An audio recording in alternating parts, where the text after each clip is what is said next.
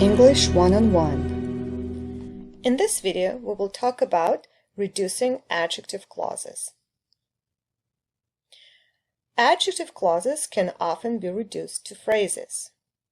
Before reducing an adjective clause, you have to ask yourself, can the clause be reduced? In adjective clauses, if the relative pronoun, the subordinator, is the subject of the verb in the clause, then the DC, the adjective clause, can be reduced. For example, people who live in glass houses should not throw stones. Let's look at this dependent clause. In this clause, who, the subordinator who, is the subject, and it replaces the word people. In this case, this clause can be reduced. Let's look at another example. Mary applied for a job that was advertised in this paper. In this sentence, the dependent clause is that was advertised in the paper. The subordinator that is the subject in this clause, and that replaces the object job. Now that you determined that the dependent clauses can be reduced, there are two ways to reduce them. The first way is when you have an action verb in the dependent clause. In our case, we have the action verb live. So the first thing we're going to do, we're going to eliminate the subject who. We're going to add the ing ending to the infinitive of the verb live. And here you have it. People living in glass houses should not throw stones. Now, the second way is when in your dependent clause there is the verb to be.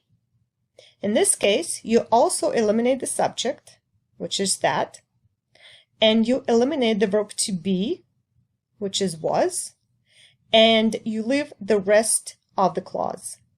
And here you have it. Mary applied for a job advertised in the paper. Now these two ways work only when the dependent clauses can be reduced. Now, what if the dependent clauses cannot be reduced? So how do we know that? Again, we look at the subordinator. That subordinator, whom, is not the subject in the clause. The subject is I, and I is not the same as the noun we describe. So because whom is not the subject, we cannot reduce this clause. Now, sometimes people forget about this rule and they still reduce the clause, and they have, I miss the neighbors helping to move. Do you see how the meaning changes? In the original sentence, I miss the neighbors whom I help to move, you help the neighbors. But in the incorrectly reduced sentence, you have the neighbors who helped someone. Now, this sentence contains a mistake, and this mistake is called a dangling modifier. A dangling modifier refers to a subject that is not actually named in the sentence. Now, attention here. When you say, I miss the neighbors, I help to move, you omitted the subordinator whom, which is possible. We talked about this in one of the videos. But do not think that you reduced the clause. You only omitted the subordinator. Omitting the subordinator is not the same as reducing a dependent clause. Here are some other examples of dangling modifiers. I slipped on the road cleaning last night. In this sentence, cleaning last night is the reduced dependent clause. Now it's a phrase. Because it's located after the word road, that means the road cleaned last night. But in reality, my husband cleaned last night. I slipped on the road that my husband cleaned last night. So you see, you cannot reduce this clause because that is not the subject in the dependent clause. The word husband is the subject, and the husband is not the same as the road. Therefore, the road did not clean last night. It was the husband who cleaned the road last night. I lost the book giving me as a gift. Again, in this sentence, giving me as a gift is the reduced dependent clause. Now it's a modifier that describes the word book. That means the book gave this person as a gift. Where in reality, the book did not give any gifts. It was my friend who gave me that book. I lost the book that my friend gave me as a gift. In this dependent clause, my friend is the subject, not that. The second mistake that can happen when you reduce dependent clauses is called a misplaced modifier. Let's look at this example. Ted could see the airplane that used binoculars. In this sentence, the dependent clause that used binoculars is located right after the word airplane. That means the airplane used binoculars. And we know that it's not possible. It was Ted who used the binoculars. So we say this adjective clause is misplaced. So it should be Ted who used binoculars could see the airplane. And so because this modifier is misplaced and now it's reduced, we have Ted could see the airplane using binoculars. Again, the meaning hasn't changed. The airplane is using the binoculars, not Ted. The sentence is incorrect. It has a misplaced modifier. How do you correct this? You take this modifier using binoculars and you place it either before the noun it describes or after. You can say using binoculars, Ted could see the airplane. Or Ted, using binoculars, could see the airplane. Now this modifier is placed next to the noun it describes. A misplaced modifier can also be just a phrase or a noun or a prepositional phrase. It doesn't have to be the dependent clauses. So let's look at this example. We sold the picture to the woman in the silver frame.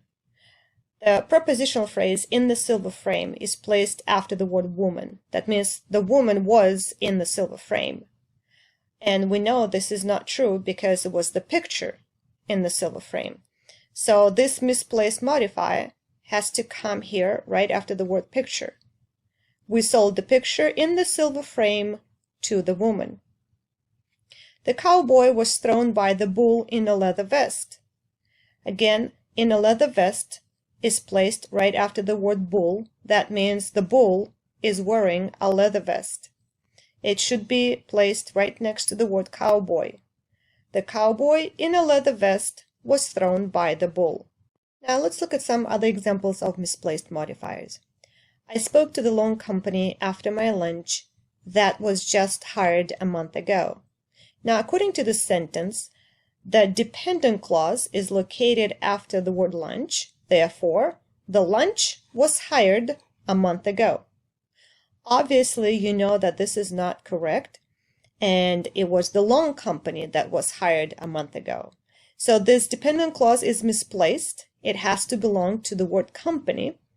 And so now we're going to restructure the sentence, and we're going to move the prepositional phrase after my lunch at the beginning of the sentence with a comma. After my lunch, I spoke to the loan company that was just hired a month ago. And because this dependent clause can be reduced, because the subordinated that is the subject, it replaces company, you get rid of this, the subject that and the verb to be, and now you have it. The loan company hired a month ago, or just hired a month ago. At the age of 7, my mother gave me the best birthday gift. Now, according to this sentence, my mother is 7 years old, or my mother was 7 years old when she gave me the best birthday gift, because this modifier is located next to the word mother. Therefore, it describes my mother. But you understand that it was not the mother who was 7 years old. It was me. So here you have it. Again, you have to rewrite the sentence, restructure the sentence, and now you're going to say I, use I as the subject instead of the mother. At the age of 7, I received the best birthday gift from my mom. The students stayed in the corner talking on the cell phone. Now, according to the sentence, the corner was talking on the cell phones because this modifier, talking on the cell phones, is located right after the noun corner. But you know, there were the students who were talking on the cell phones. So that has to come either before the word students or after. You can say the students talking on the cell phones stayed in the corner, or you can begin your sentence with the modifier and say talking on the cell phones, comma, the students stayed